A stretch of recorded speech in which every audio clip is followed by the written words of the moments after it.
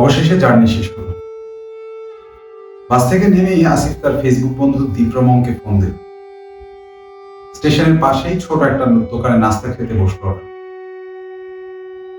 নাস্তা শেষ করে মাত্র বাইরে এসে দাঁড়িয়েছে, তখনই দেখতে পেল দীপ্রকে। রেস্টুরেন্টের সামনে ওদের তিনজনকে দাঁড়িয়ে থাকতে দেখে হাত নাড়ল লোকটা। ক্যাপ পরা, গলায় জড়ানো একটা গামছায় মুখের নিচের অংশ হালকা ঢাকা পড়ে আছে। সবার সাথে আন্তরিকভাবেই হাত মেলালো দীপ্র। টুকটাক কুশল বিনিময় শেষে জানালো আজ সন্ধ্যার মধ্যেই থানচি হয়ে রিমাক্রি পৌঁছতে হবে।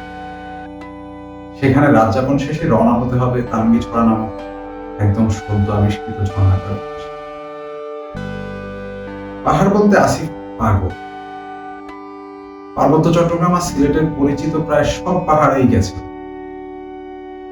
সুযোগ পেলেই কাঁধে ব্যাগ ঝুলিয়ে পাহাড়ের দেশে দিয়ে ছুট। সাথে থাকে সবচেয়ে কাছের দুই বন্ধু শোভন আর রায়। মাস তিনেক আগে ফেসবুকে দীপ্রর ফ্রেন্ড রিকোয়েস্ট পেয়েছিল আসিফ।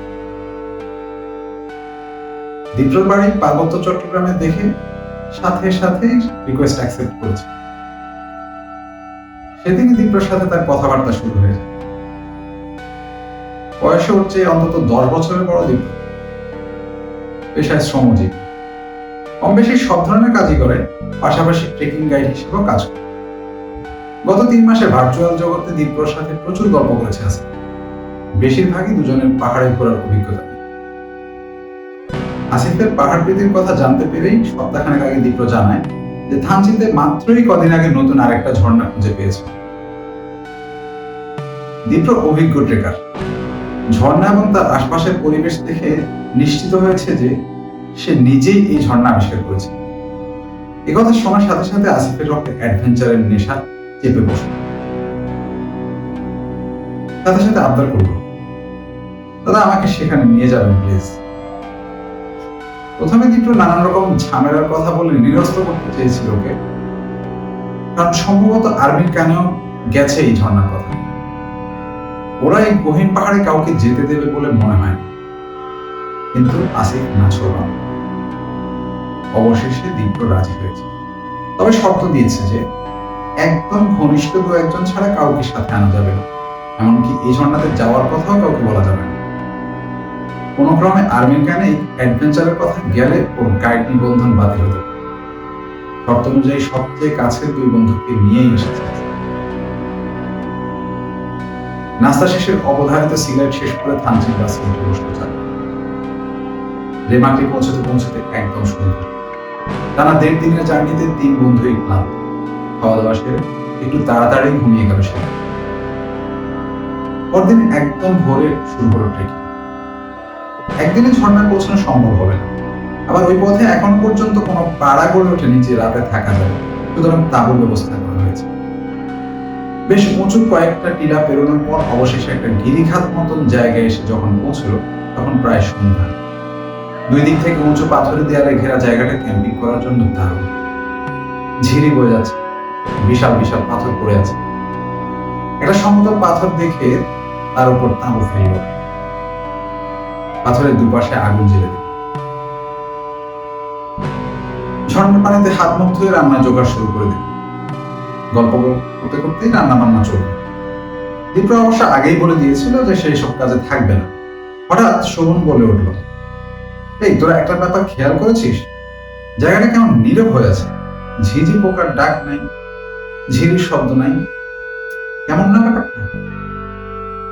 বাকি দুজনও লক্ষ্য করলো বিষয়টা। জায়গাটা অতিরিক্ত নীরব। তার পাশে কেমন একটা দম বন্ধ করা নিস্তব্ধতা, গা ছমছম করে। এমনকি এখানে আসার পর একসাথে কয়েকটা কয়েল জ্বালিয়ে যে মশাদের অত্যাচার কমানো যায়নি, সেই মশারাও যেন হঠাৎ হাওয়া হয়ে গেছে।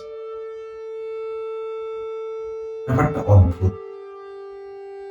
হঠাৎ আসিফ খেয়াল করলো খানিকটা দূরে যে পাথরের ওপর বসে দীপ্রদা সিগারেট খাচ্ছিল, সে এখন সেখানে নেই। স্বাভাবিকভাবেই বন্ধুদেরকে জানানো ব্যাপারটা। 3 জোড়া চোখ ঘুরে দেখলো গোটা গিরিখাত, দীপ্রমং নেই। রাহি স্বগতোক্তি করল, গিয়েছে হয়তো আগমতি করতে। কিন্তু পরের আধা ঘন্টায় দীপ্রমঙ্গের খবর নেই। ওরা উদ্বিগ্ন হয়ে ডাকাডাকি শুরু করলো, সাড়া নেই। এবার ওরা ভয় পেতে শুরু করলো। 3টে ফোনের টর্চ জেলে খোঁজাখুঁজি চলল। পাহাড়ি জঙ্গলে রাতের নিস্তব্ধতা ভেঙে বেজে উঠতে লাগলো 3 জনের ভয়ার্ত স্বরের ডাক। দীপ্র যেন বাতাসেই মিলিয়ে গেছে। আচ্ছা, লোকটা আমাদেরকে ভয় পাইয়ে দিয়ে মজা নিতে চাচ্ছে না তো? বললো আসিফ। না, লোকটাকে এরকম ফাজলামো করার মতো মানুষ মনে হয়নি। আসিফ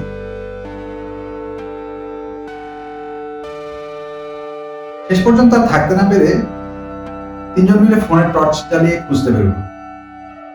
ক্যাম্পের পেছনের দিকে গেল শোভন আর রাহি। বাকি 2 জনের তুলনায় সাহসী করে সামনের দিকে আসিফ একাই গেল। ওদের ক্যাম্পিং এর জায়গাটা 5-7 হাতের মধ্যেই শুধু ক্যাম্প ফায়ার, বাকি চলাচল ঘুটঘুটে অন্ধকার। জায়গাটা গিরিখাতের মতন হওয়াতে আকাশও দেখা যায় না ভালো করে। মিনিট 15 পর আসিফের গলা শুনতে পেল বাকি 2 জন। দীপ্রমঙ্গ ফিরে এসেছে। রাহিয়া শোভন দ্রুত ক্যাম্পের দিকে ছুটল। কি ব্যাপার দাদা, বলা নাই কওয়া নাই, হুট করে কই গেছিলেন বলে তো দেখি। রাহি খুব ছাড়ে। দীপ্র কোন রকম কাঁচোমাচো হয়ে জবাব দিল, এই একটু সামনে গেছি, আসলে একটু উল্টাপাল্টা জিনিস খাইছিলাম তো, তাই পাথরের উপরে ঘুমায় গেছিলাম। দীপ্রমঙ্গ খেতে বসল। বাকি 3 জনই চুপচাপ বসে আছে। হঠাৎ শোভন বলল, তোরা কি খেয়াল করছোস, আবার ঝিঝি পোকা ডাকতেছে, ঝিরির শব্দ শোনা যাইতেছে। কথাটা শুনে বাকি 3 জন বেশ চমকে উঠল। দীপ্র বলল, কি হয়েছে? বুঝিনি আসলে, কি বলছো? আসিফ ওকে একটু আগে সবকিছু নিস্তব্ধ হয়ে যাওয়ার বিষয়টা জানালো। তখন দীপ্র ব্যাখ্যা দেওয়ার চেষ্টা করলো, ঝিরিতে অনেক সময় গাছ পড়ে পানির স্রোত কমে যায়, এ কারণে হয়তো শব্দ কমে গেছিল তখন। এখন আবার জমে যাওয়া পানি থেকে গাছ সরে গেছে, তাই শব্দ ফিরে আসছে। আর ঝিঝি পোকার একটানা ডাকতে ডাকতে মাঝে মাঝেই বিরতি নেয়, খুবই স্বাভাবিক একটা। দীপ্র ব্যাখ্যা ছেলেরা খুব একটা সন্তুষ্ট না হলেও বিষয়টা নিয়ে মাথা ঘামানোর অবস্থায় ছিল না কেউ। সুতরাং চুপচাপ ঘুমানোর প্রস্তুতি নিল সবাই। কিছুক্ষণের মধ্যে ঘুমের দেশে হারিয়ে গেল। পরদিন ভোরে প্রাকৃতিক কর্মশালার ছুটে 2 বন্ধুকে এক পাশে টেনে নিয়ে গেল আসিফ। রাতে অদ্ভুত একটা জিনিস দেখেছি। শোন, মাঝরাতে আমার হঠাৎ ঘুম ভেঙে গেছে। জেগে দেখি দীপ্রদার একটা হাত আমার বুকের উপর। খুবই অস্বস্তিকর একটা ব্যাপার। আমি একরকম ঝাড়া দিয়ে ওনার হাতটা সরাই দিয়েছি। এরপর ফোন হাতে নিয়ে দেখি 12:39 বাজে। দীপ্র বেটা আমার পাশে বসে বসে তখন ঝিমাইতেছে, আর বসছেও কেমন অদ্ভুত ভাবে। মুখ নড়তেছিল, মনে হচ্ছে কিছু একটা বলতেছে নাকি করতেছে। আমি হাত ধরে ঝাঁকুনি দিয়ে জিজ্ঞেস করলাম যে কি করে। তখন সে বলল তাম্বিছড়ার দেবতার কাছে নাকি প্রার্থনা করছে। চিন্তা করলাম যে তার ধর্মীয় ব্যাপার স্যাপার, তাই আর ঘাটাঘাটি করিনি, ঘুমাই গেছি। আসিফের গল্প শেষ করো, শোভন তাড়া দেয়, দূর বেটা, এটা বলার জন্য এরকম গোপন মিটিং ডাকার কি আছে? আমি ভাবছি কি না কি বলবি, চল চল ঝর্ণায় গিয়ে দাপাদাপি করা লাগবে। না না না দাদা, আরেকটা জিনিস আছে। কালকে যখন দীপ্রদা হারাই গেছিল তখন যে আমরা খুঁজতে গেছিলাম, আমি তো সামনের দিকে গেছিলাম। 10 মিনিটের মতো হাঁটার পর দেখি একটা পাথরের উপর দীপ্রদা চিত হয়ে শুয়ে আছে। দেখে আমি বেশ ভয় পেয়ে গেছিলাম। আমি ওর ডাক দিলাম। হঠাৎ লোকটা চিত হয়ে থাকা অবস্থায় আমার দিকে একটা আঙ্গুল তুলল, আর মনে হইল যে বিড় করে আমার নামে কারো কাছে নালিশ দিতেছিল। তখন আমি আরো জোরে জোরে ডাক দিতে ওনার গায়ে ধাক্কা দিয়েছি। তারপর উঠে আমার দিকে খুবই অদ্ভুত ভাবে তাকাইছে। একটু পরে অবশ্য ঠিক হয়ে গেছে। তো ভাই গোটা ব্যাপারটা নিয়ে আমি হেভি ভয় পাইছি। তখন আরো একবার ব্যাপারটা উড়িয়ে দিল, বেটা ওই লোক তো বলছেই যে গাঁজা গুজা খাইছে, গাঁজার ঘরে কি করছে না করছে এটা নিয়ে এত ভাবার কি আছে। রাহি অবশ্য এতটা নির্ভর হতে পারলো না। চিন্তিত মুখে 2 বন্ধুর দিকে তাকালো, তারপর বলল, আচ্ছা চল এখন যাওয়া লাগবে। খানিক বাদে নাস্তা খেয়ে আবার ট্রেকিং শুরু হলো এবং ঘন্টা 2-এর মধ্যে পৌঁছে গেল তাম্বিছড়ায়। সকাল থেকে দীপ্রমং একটা কথাও বলেনি, কিছু খায়নি, তার উপোস চলছে। আসন্ন ঝর্ণা দেখার উত্তেজনায় তিনজনই গত রাতের অস্বাভাবিক নিস্তব্ধতা, দীপ্রমংয়ের গায়েব হয়ে যাওয়া এবং মাঝরাতে তার অদ্ভুত প্রার্থনার কথা একদম ভুলে গেছে। অবশেষে চারজনের খুদের দলটা পৌঁছালো তার ঝর্ণাটা আদিম আর বিশাল, গর্জন করতে করতে নেমে আসছে প্রায় 300 ফিট উপর থেকে। ছেলেরা দাপাদাপি শুরু করে দিল। দীপ্রমং পাথরের উপর বসে ভিড় পড়াতে লাগলো। হঠাৎ ঝর্ণার উপরের দিকটা দেখার ঝোঁক চাপলো আসিফের মাথায়। বন্ধুদেরকে বলতে তারাও লাফিয়ে সাই দিল। দীপ্রমং জানালো ওরা কনফিডেন্ট হলে খুব একটা সমস্যা হওয়ার কথা না, সুতরাং তিনজন মিলে উঠে গেল। বেশ চওড়া একটা ঝিরি এসে ঝর্ণা হয়ে পড়ছে। ঝিরিতে স্রোত তেমন বোঝা যায় না, তবে ওরা জানে এই ঝিরিতে সামান্য পা হড়কালে চিরকালের জন্য ছবি হয়ে যাবে। সুতরাং জলে না নেমে সাবধানে ঝিরির পাশে বসে দাঁড়িয়ে নানান পদে ছবি তুলছে। নিজেদের ছবি তোলা শেষ করে রাহি বলল, আচ্ছা ঝর্ণাটার একটা ছবি তোলা উচিত এখান থেকে। নিচ থেকে তোলা ঝর্ণার ছবি তো খুবই কম, চল আমরা উপর থেকে কয়েকটা আনকমন ছবি তুলি। আসিফ এগিয়ে এসে ফোনটা নিল। রিস্ক টেকার হিসেবে ভালো নাম আছে, সরাসরি উপর থেকে তোলা যাবে না ছবি, তবে খানিকটা তেজছাড়া নেওয়া লাগবে। ঝিরির এক পাশ দিয়ে পাহাড়ের কিনারের দিকে এগোচ্ছে আসিফ, সেখান থেকে দারুণ শট নেওয়া যাবে। ঝিরির পাশের পাথরগুলোতে শ্যাওলা শুকিয়ে অমসৃণ হয়ে আছে, ফলে সেখানে বেশ নিশ্চিন্তেই পা ফেলে এগোচ্ছে আসিফ। কিন্তু হঠাৎ কেন যেন ডান পাটা হালকা টলে গেল, শরীরটাও খানিকটা হেলে গেল। মাত্র 2 ফিট দূরে নেমে যাচ্ছে 1000 লিটার জল, সেদিকে তাকিয়ে তাল সামলানোর চেষ্টা করলো আসিফ। ব্যর্থ হয়ে একটা ডিগবাজি খেয়ে পড়লো ঝিরির প্রবল স্রোতে এবং হারিয়ে গেল। মুহূর্তে ঘটে গেল ঘটনাটি। না, দুর্ঘটনা। হয়ে আছে রাহি আর শোভন। ঘটনার আকস্মিকতা তাদেরকে স্তব্ধ করে দিয়েছে। ধাক্কাটা কাটতেই দুজনে চিৎকার করে পরিমরি করে পাহাড়ের কিনারে ছুটল। প্রবল গর্জনে নেমে যাওয়া ঝর্ণার দিকে অসহায় চোখে চেয়ে রইল দুই বন্ধু। গোটা ব্যাপারটা এখনো দুঃস্বপ্ন মনে হচ্ছে। দ্রুত নামতে হবে, হাল্লা করুক আসিফ যেন বেঁচে থাকে, কোনো মতে বলেই পাহাড় থেকে নামা শুরু করলো শোভন। গম্ভীর মুখে বন্ধুকে অনুসরণ করলো রায়। চাইলেই পাহাড় থেকে দ্রুত নামা যায় না। মিনিট 10 পর নেমে দেখলো আসিফের রক্তাক্ত নিথর দেহ সামনে নিয়ে বিষণ্ণ মুখে বসে আছে দীপ্রমং। দুই বন্ধু আর থাকতে পারলো না, একে অপরকে জড়িয়ে ধরে হাউমাউ করে কেঁদে উঠল। দীপ্র এসে তাদেরকে সান্ত্বনা দেওয়ার চেষ্টা করে নিজেও প্রায় কান্নায় ভেঙে পড়ল। একটা সময় তিনজনই নিজেদেরকে সামলে নিয়ে লাশ নিয়ে ভাবা শুরু করলো। রাহি আর শোভনের সামনে সমস্যার পাহাড় দাঁড়িয়ে আছে।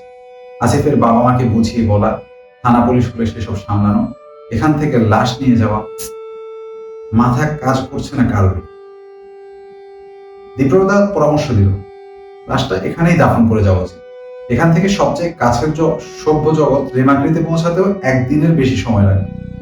দ্রুত হেঁটে সেটা হয়তো 1 দিনে নামিয়ে আনা যাবে, কিন্তু লাশ বহন করতে গেলে তো উল্টো হাঁটার গতি কমে যাবে, সেক্ষেত্রে প্রায় 2 দিন সময় লাগবে।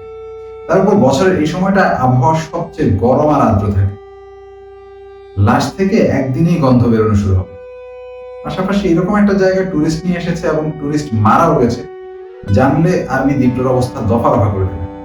কিন্তু লাশ না নিয়ে গেলে বন্ধুকে খুনের দায়ে রাহি ও শোভনের ফেঁসে যাওয়ার সম্ভাবনা।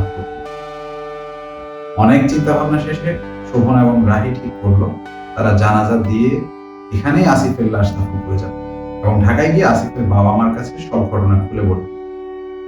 তখন যদি তারা এখানে আসতে চায় নিয়ে আসবে, ওরা দীর্ঘদিনের বন্ধু। আসিফের বাবা মা নিশ্চয়ই ওদেরকে বিশ্বাস করবে। যেই ভাবা সেই মতো কাজ শুরু করে দিল। অপহরণের কাজটাই সবচেয়ে কঠিন ছিল। অস্ত্র বলতে দীপ্রর হাতের ভোজালিটাই। তা দিয়ে সারাদিন খেটে কবর তৈরি হবে। বেশিরভাগ হচ্ছে দীপ্রই। শোভন জানাজার মোটামুটি নিয়ম কানুন জানে, সুতরাং জানাজাও সেরে ফেলা হবে। অবশেষে পাহাড় পাগল বন্ধুকে চিরদিনের জন্য পাহাড়ের কোলে শুইয়ে দিল ওরা। খানিক বাদেই রাত নেমে এলো পাহাড়ি জঙ্গল। ওরা ধীরে সুস্থে ফ্রেশ হয়ে খাওয়া দাওয়া সেরে বসে বসে ঝিমুলো কিছু। অনেকক্ষণ ওদের গলায় কান্না দলা বেঁধে পড়ছে। ক্লান্ত আর অবসন্ন শরীর নিয়ে ঘুমিয়ে পড়লো তিনজন। পরদিন খুব ভোরে দীপ্রদা ওদেরকে তুলে দিল। সম্ভব হলে আজই রেমাকে পৌঁছাতে হবে। ওরাও যত দ্রুত সম্ভব এই জঙ্গল থেকে বেরোতে চায়। যদিও ঢাকায় গেলে আরেক বাজে পরিস্থিতির শিকার হতে হবে। সে যাই হোক, দ্রুত ওরা রওনা করল।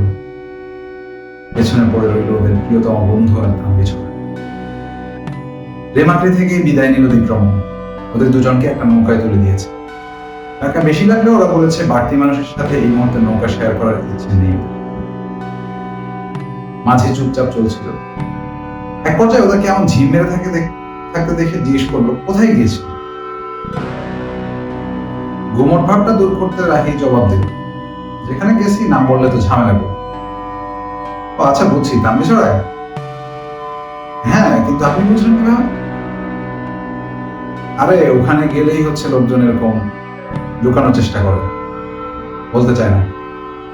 ও আচ্ছা। কথা বলার উৎসাহ কেমন হারিয়ে ফেলে দিল। এবার মাঝি অনেকটা যেন নিজের সাথেই কথা বলে। আপনাদের গাইড তারিখ দিয়ে সেটা ভালো, টুরিস্টদের সাথে 2 নম্বরই করে না। আমার বোটে অনেক টুরিস্ট উঠে দেয়। শোভন হঠাৎ মাঝিকে বাধা দিয়ে বলে, দাঁড়ান, লোকটার কি নাম বললেন আপনি? তারিক পিউ। বোটের স্পিড কমিয়ে ভেবাচেপা খাওয়া কণ্ঠে শোভনের জবাব দেয় মাঝি। কিন্তু লোকটা তো নিজের নাম বললো দীপ্রমণ। কি? দীপ্র তো গত বছর মারা গেছে। আরে আপনি কি বলেন না বলেন? উনি আমাদেরকে বললো যে দীপ্রমণ, ওনার সাথে আমাদের শুরু থেকেই সব পরিচয়ের কথাবার্তা। কি বলেন না বলেন? না না না, আপনাদের ভুল হইতেছে। আমাদের এখানে তারিক পিউ নামে একটা ছেলে আছে, ও গাইডের কাজ করে। ওর ঠোঁটে একটা ঘা আছে, ওইটার জন্য সবসময় গামছা দিয়ে মুখ ঢেকে রাখে, সাথে একটা ক্যাপও পরে মাথায়। আমি তো এই জন্যই ভাবছিলাম তারিক পিউ। আবার দীপ্র দেখতে মোটামুটি তারিক পিউর মতোই ছিল। এখন অবশ্য গামছা দিয়ে মুখ ঢাকা না থাকলে চিনতে পারতাম আসলে এখানে কে ছিল। তখন না হয় চেহারা ঢাকা ছিল, কিন্তু ছবি দেখলে নিশ্চয়ই চিনতে পারবে। দ্রুত হাতে ফোনের গ্যালারিতে গিয়ে মাঝিকে ট্যুরের ছবিগুলো দেখানো শুরু করে রাহি।